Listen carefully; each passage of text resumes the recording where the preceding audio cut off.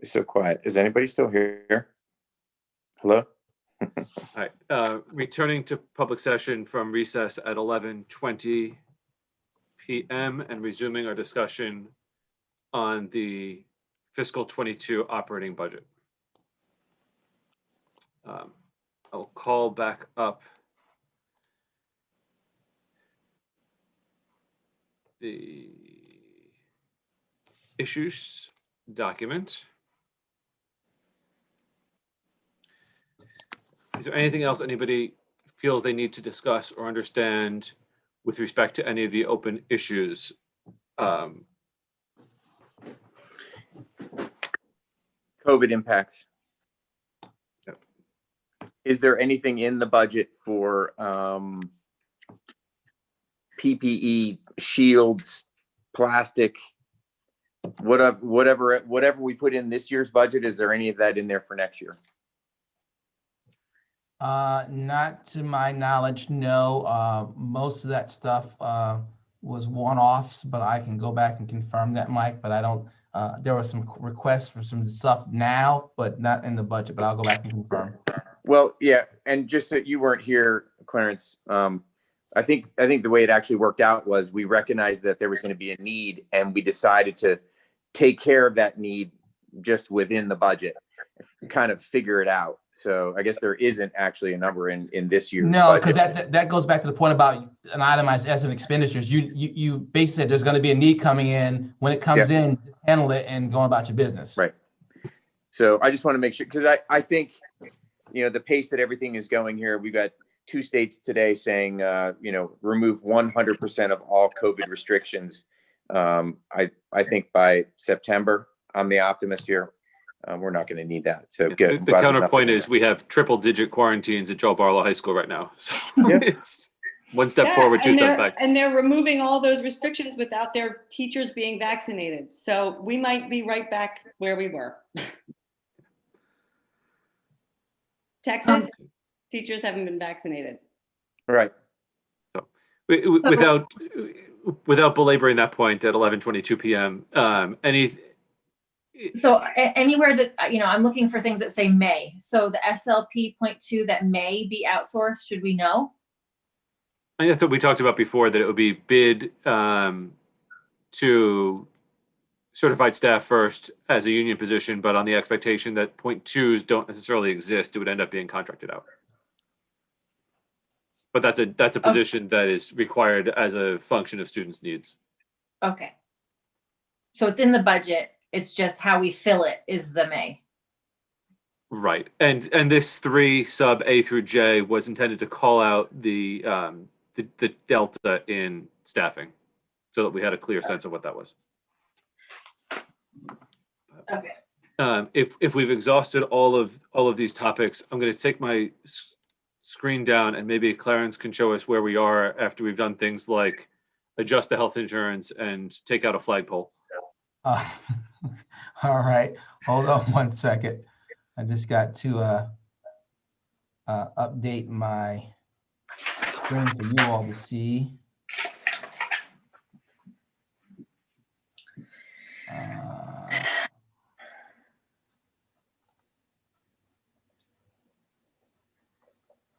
Let's do it this way.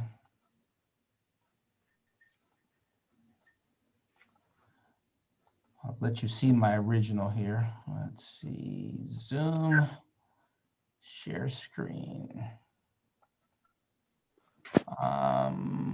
That's screen 2, yep. Can you all see that? Yep. Let me see if I can blow it up here a little bit since it's smaller than you had before. Is that better? And this maintains the $25,000 that Jen Del Conte was talking about before also. Yes, that's still in there, yes. Can someone tell me why that's in there?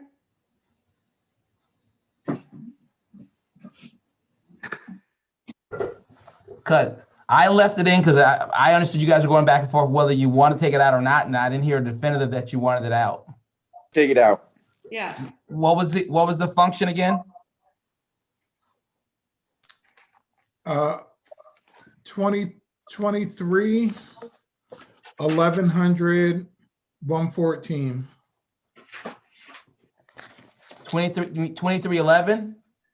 What's the function? 23,1100, Oh, 231100. Okay, got it. and then sub 114. 114. 114.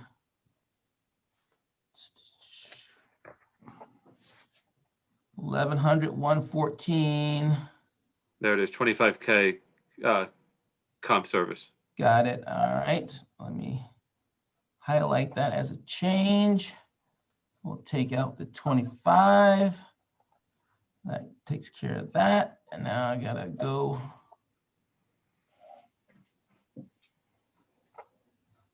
Waterfall.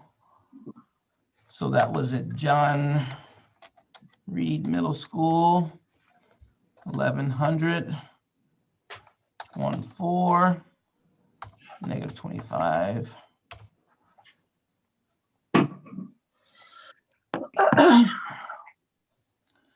$2.99.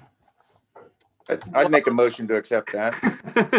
second, So the motion from Mike is to adopt an operating budget for fiscal year 22 of $23,249,210.59, an increase of $675,000, $675,414.59, or 2.99%. Did I state that Correct. correctly? Correct. Thank you, Chris. Second. I second. Thank you, Heather. Is there, Can I make a request? certainly. Can you make it 23,249,211? I don't really Yeah. want to get into 59 cents. Agreed. Will you withdraw and remake that motion, Mike? I will. That's very kind of you. So 23,249,211 even. Still, I'm assuming an increase of 2.99%, because if it makes it 3, we might have a different Then conversation. we will be rounding down. Let's see here. No, it still keeps the two. All right. Is there any discussion on Mike's motion? Beyond the several hours we've had to discuss the elements baked therein. If there are no further discussion, we will call the question on the motion. Heather, Yes, Colleen, Yes. Mike, Yes. Steph, Yes. John, Yes. Chris. Yes. I vote yes as well. We adopt the budget by a vote of 7-0. Mr. Chair, may I make an inquiry? Certainly.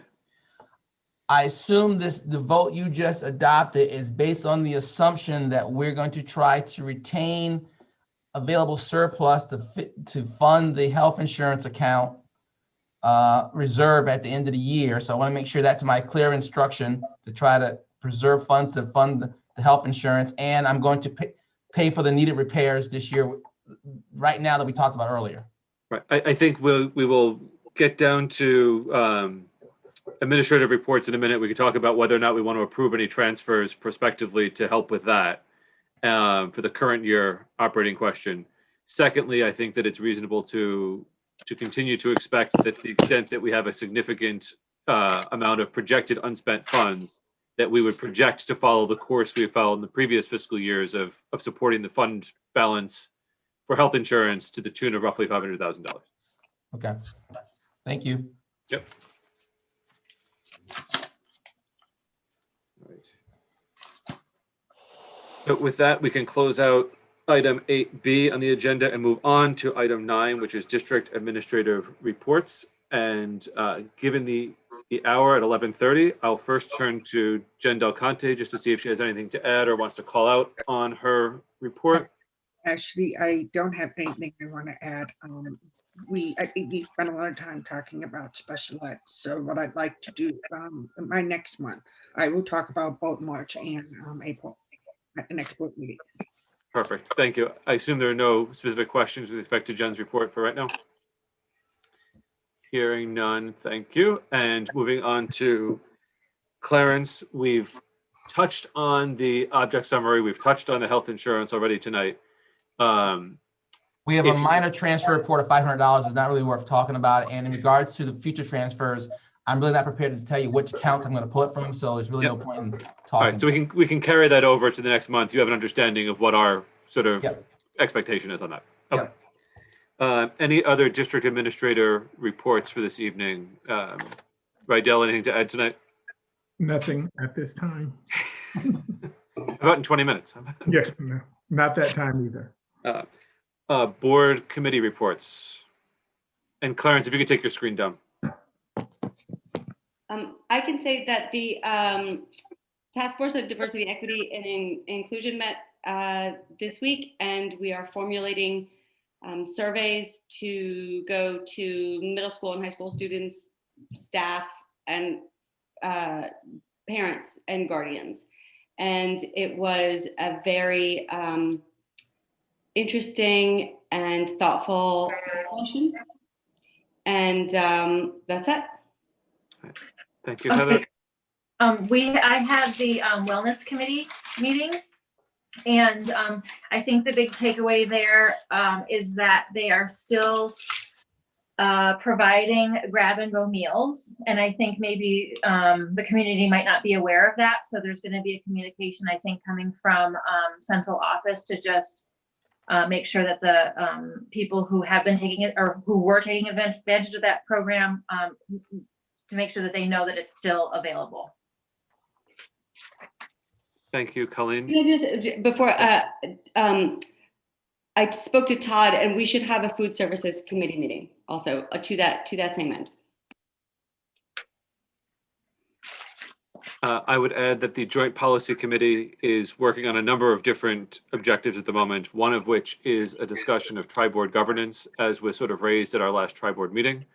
We have scheduled an evening meeting that I think you've all been invited to at this point for, I want to say, April the 8th, to resolve some of those issues in a forum that would allow all 21 board members who have an interest in that topic to come and participate and facilitate that discussion as we try to come around on ways of working and dispute resolution and things that are mutually beneficial to all three boards.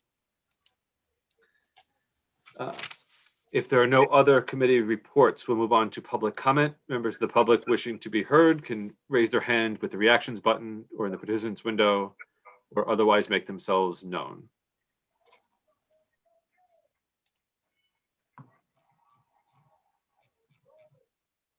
If anybody is still awake.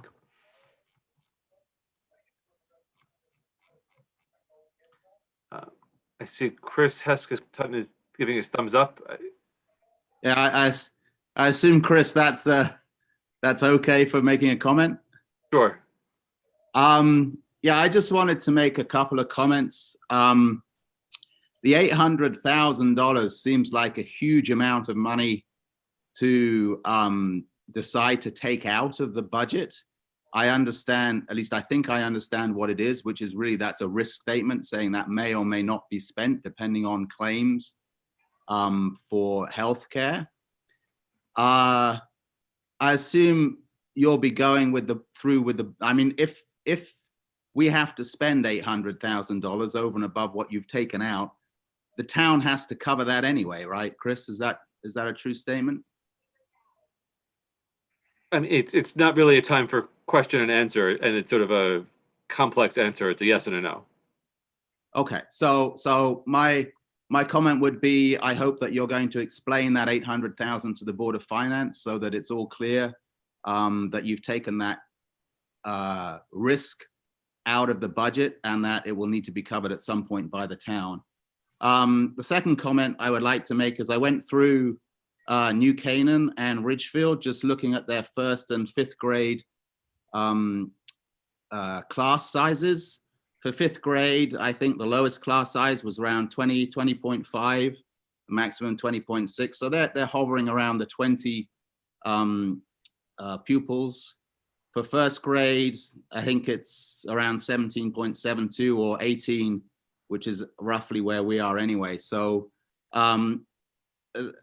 somebody mentioned the point around 3rd grade that, you know, having a small class size was good due to transition, but it seems the class sizes around 3rd grade and 4th grade actually start to increase. So they start to get up around 20, and I think the maximum is 23 on one of the class sizes I saw in New Canaan. So just wanted to make a comment around,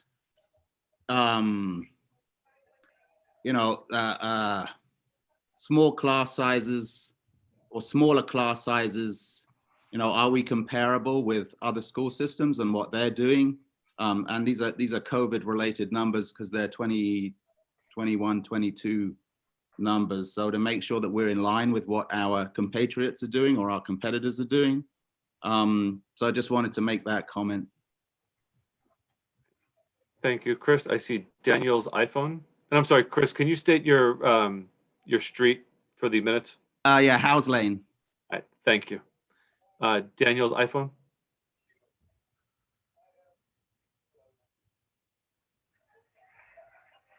Daniel, Do you hear me? there you go. All right, sorry. First, well, thanks a lot for letting me make a comment, Chris. And first of all, I wanted to express my appreciation I'm to. sorry, Dan, I need your name and street for the minutes, please. Okay, Dan Souza. I'm at Fire Hill Road. Yeah, first of all, I wanted to express my appreciation to Dr. Harrison and your board, putting in all the time to have such a meticulous line-by-line review of the budget. And it's a heck of a lot of work. So first of all, let me just say thanks a lot for doing that. Couple of comments. I think that Chris Hawker was quite correct in pointing out that the insurance number is the elephant in the room and due attention should be paid to it rather than smaller items that don't move the needle. And in that respect, I think that any number of studies show that there will be a surge in insurance claims because there have been a lot of deferred doctor's visits and even operations and treatments due to the lockdown. And compared to last year, studies I've seen show that a surge is expected in claims. So I would tend to rather rely on Brown and Brown's recommendation as to what number to use. And as Mr. Zachary pointed out, their number is actual Reading numbers, actual. So they would tend to be more accurate than Anthem's number, which is lower. And that's more based on an estimate. So a second reason why I would think that a more conservative posture would be appropriate in this environment. Then as to the total budget, and a couple of mentions were made about the community. And let me at least, as a member of the community, express a sentiment. I think that as a taxpayer, it matters less to us whether an item is booked in one budget or another. For example, if your budget comes out at a surplus and you return money to the town, that's fine. Or if you might have a shortfall and you need more money, from the taxpayer's perspective, we pay the bill regardless, whether it comes out of pocket, whether it's charged to one budget or another. At the end of the day, the taxpayer pays the entire freight. So from our perspective, we would rather see focus on the total budget as rather than whether how much you book here or there. That's just dealing with the left pocket and the right pocket. A couple of mentions were made about what the community would need like. And I think Heather quite correctly pointed out that the community would like to hear what you need. Very true indeed. To maintain a good school of a high standard, we need to know what you need. But I would have a friendly amendment to that, and that is we would also, as a community, like to know whether cost-effective alternatives were fully explored to arrive at what you need. And when Dr. Harrison started to mention that if your PE teacher is going to be $21,000, maybe we can scratch a few dollars here and there. This word he used was scrub. That would make it up. So I think that type of thinking resonates more with the community than just what we need, therefore we got to spend more. So just some thoughts from the perspective of the community and as a taxpayer. Finally, I have a question regarding a point that was made earlier this evening, and that was the point that because some school districts transfer certain expenses out of their education budget to the town budget, that they show a lower cost per student and therefore are able to receive a greater amount of excess cost recovery. I have some question about that because it sounds rather puzzling that if you were to take that to an extreme, every district could just transfer as much as they can from the school budget to the town budget, that resulting in having being paid much more in the excess recovery. That sounds funny. And if that were true, and if using that mechanism you could get more money, then for people who are being the honest Boy Scout like us, the case can be made that we are being unfairly disadvantaged in our claims, in our reimbursements or recoveries, because others are fudging their numbers. So I just wondered whether, and I know you don't want to answer questions during this period, but I just wonder aloud whether you have concrete evidence to show that that practice is being engaged in by other districts, and whether their doing so does in fact result in higher recoveries from the state. If you do have substantive proof that that is being engaged in, then the case can be made that we are unfairly disadvantaged and should have a case to make with the people who dispense the money out in Hartford that, hey, we're being shortchanged because these other guys are fudging, all right? So I think it's worth looking into further, because the comparability of data from one district to another has a great bearing on a number of decisions beyond just the economic recovery. Sorry to have taken a little long, Chris, but that's all I wanted to say. Thank you, Dan. Carolyn?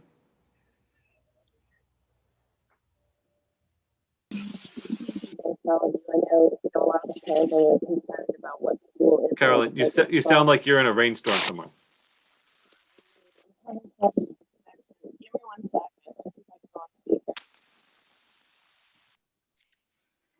Is that any better? There Yes. you are. I'm not gonna start my video now. I don't know what I'm doing. It's too late for me. I'll be quick. I just want to say thank you. I know a lot of us parents are very concerned about what next school year is going to look like. We're really concerned about, class sizes and the types of things, as you guys mentioned, the second to third and the fourth to fifth graders, big transition year. So, really appreciate how thoughtfully you walked through that and the explanation about why those cohorts are so important. So really thank you for all the hard work you're doing. Thank you. And that's Carolyn Baker, Indian Hill Road. Any other public comments? Seeing none. Board member comment. Heather. Yeah, so just real quick, it matters to the taxpayer if certain items are in the Board of Selectmen's budget and that results in us getting money back. It is a situation that small districts like ours are unfairly disadvantaged, and that issue is being addressed with our representatives in Hartford, and I encourage everybody to do the same. And one other thing, I'm all for people in the community getting involved and wanting to help, but if you're going to help, if you really want to help, and this is something that I say every year, this is, I think, my fifth year on the Board of Education. And after this budget meeting, I say every single time, if you really want to help, rather than doing a sort of cursory investigation into what other DIRGs are paying without actually seeing what is in their line item, the Reading Education Fund or Foundation or whatever it is needs someone to run it. The paperwork is already filed. New Canaan, if you go to the New Canaan budget, this took me about 2 minutes to look up. On page 118 of the New Canaan budget, there is a line item for donations that they accepted. The amount is $480,246. So it was said at a meeting earlier this week that Reading can no longer justify its claim of being New Canaan's poor sibling, but we don't even have a mechanism to accept those donations if they existed. That would be very helpful.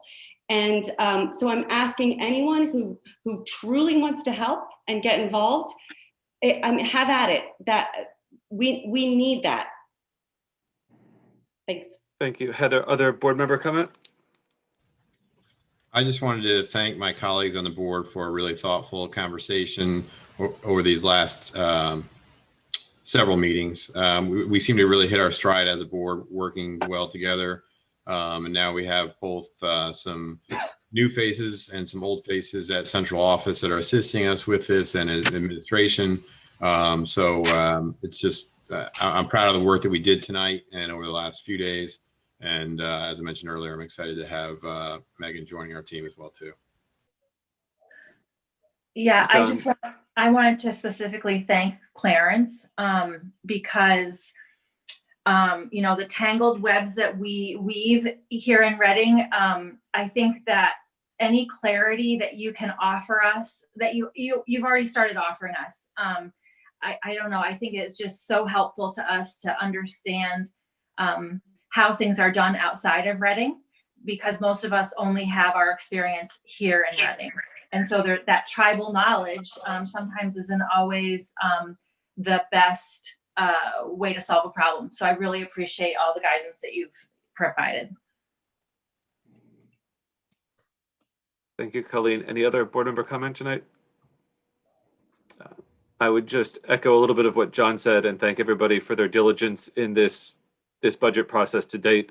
It's not easy to do this over Zoom when you're not all around the same table and working collaboratively on the same books and things.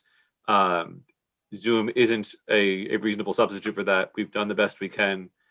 We've worked through Excel spreadsheets and glitches in converting data, but we've gotten to a place where I think everybody has an understanding of what's in this document at this point and a comfort level with the number that we've achieved. So thank you all for your diligence in getting there, administration and board inclusive. So if there's nothing else, I would look for a motion to adjourn. Mike, second from Heather. If there is no objection, and I see none, we are adjourned at 11:48 p.m. Thank you, everybody.